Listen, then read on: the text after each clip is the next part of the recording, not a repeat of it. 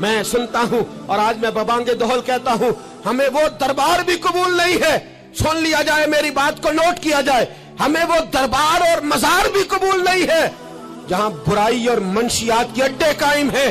ہم ان درباروں پر بھی فوری طور پر ہر لحاظ سے کڑی نگرانی کرنے کا اور پوری سختی کرنے کا ارادہ رکھتے ہیں، اور خود آگے بڑھ کے ان ظالم سجادہ نشینوں کا منہ نوچنے کا ارادہ رکھتے ہیں جن درباروں پر نشہ بکتا ہے، جن درباروں پر گند ہوتا ہے۔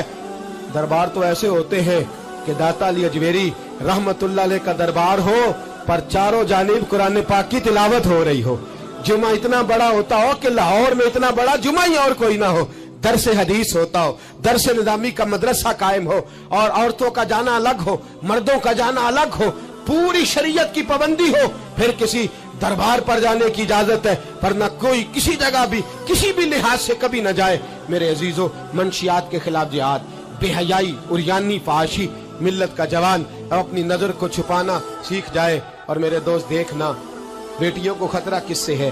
یہاں ہندو بھی کوئی نہیں، سکھ بھی کوئی نہیں، آریہ بھی کوئی نہیں، بدھ مت بھی کوئی نہیں، یہاں عیسائی بھی اقلیت میں، یہاں یہودی بھی کوئی نہیں، لیکن پھر بھی بیٹیوں کی اگر شرم و حیا محفوظ نہ ہو۔ یہ حدیث سنانے لگا ہوں، حدیث ہے، حدیث رسول ہے۔ جوان خاص کر کے ذرا میری بات پہ توجہ کریں، اور بزرگ خاص کر توجہ کریں جنہوں نے تربیت کرنی ہے۔ سنیں، حضور کی بارگاہ میں ایک نوجوان آیا ہے، یہ سنگ میل ہے حدیث، اس کو یاد رکھنا۔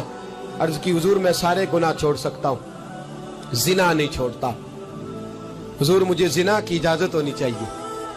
میرے حبیب نے تھپکی دی، بٹھا لیا۔ میں کہتا ہوں حضور نے گناہگاروں کو معاشرے سے کاٹا نہیں، ان کی تربیت فرمائی ہے، ان کی تربیت فرمائی ہے، ان کو قریب فرمایا۔ میرے حبیب کریم صلی اللہ علیہ وسلم نے فرمایا ادھر آ، بیٹھ جا، بیٹھ گئے۔ حضور نے فرمایا تو پسند کرتا ہے تیری ماں کے ساتھ کوئی بدکاری کرے؟ حضور نہیں۔ فرمایا تو پسند کرتا ہے تیری بیٹی کے ساتھ کوئی بدکاری کرے؟ یا رسول اللہ میں آنکھیں نکال دوں گا۔ حضور نے فرمایا تو پسند کرتا ہے تیری بہن کے ساتھ؟ حضور میں کاٹ ڈالوں گا وہ ہاتھ جو میری بہن کی طرف اٹھیں گے۔ فرمایا تو پسند کرتا ہے کہ تیری خالہ، پھپھی، ممانی کی طرف کوئی ایسی حرکت کرے؟ حضور میں کاٹ کے رکھ دوں گا ان لوگوں کو جو بات بھی کریں گے۔ میرے حبیب نے فرمایا اچھا، جس کے ساتھ تو بدکاری کی اجازت مانگ رہا ہے وہ کسی کی ماں نہیں لگتی، وہ کسی کی بہن نہیں لگتی، اور کسی کی بیٹی نہیں ہوگی؟ یاد رکھے، ملا جلال الدین رومی 1، امام غزالی 2، اعلیٰ حضرت فاضل بریلوی 3، بزرگ متفقہ طور پہ لکھتے ہیں، فرماتے ہیں جو گند کے ساتھ دوسرے گھر میں تاڑتا ہے وہ اپنے گھر کی خیر منا لے، جو گندی نظر دوسروں پہ رکھتا ہے وہ اپنے گھر کی خیر منا لے، اس لیے کہ جو جرم وہ کسی کے کھاتے میں ڈالے گا وہ سزا بن کے اس کے گھر کی طرف لوٹا دیا جائے گا، جو بدکاری وہ کسی کے کھاتے میں ڈالے گا وہ سزا بن کے اللہ اس کے گھر کی طرف لوٹا دے گا۔ اگر اپنے گھر کو پاک رکھنا چاہتے ہو تو دوسروں کی طرف پاک نظر رکھنی شروع کر دو۔ اگر چاہتے ہو کہ تیرا گھر بے عجیب معاملہ ہے نا، بیٹے کو تو پسند کی شادی کی اجازت ہے تو بیٹی کو اجازت کیوں نہیں؟ اگر تیرا بیٹا پسند کی شادی کرے گا تو یاد رکھنا پھر جب کسی کی بیٹی یہ لفظ بولتی ہے پھر عزتوں کے جنازے نکلتے ہیں، پھر عریانی فحاشی کا جو ہے وہ کلک لگتا ہے ماتھے پر، پھر یاد رکھنا چاروں جانب سے رسوائیاں تیرا نصیبہ ہوتی ہے۔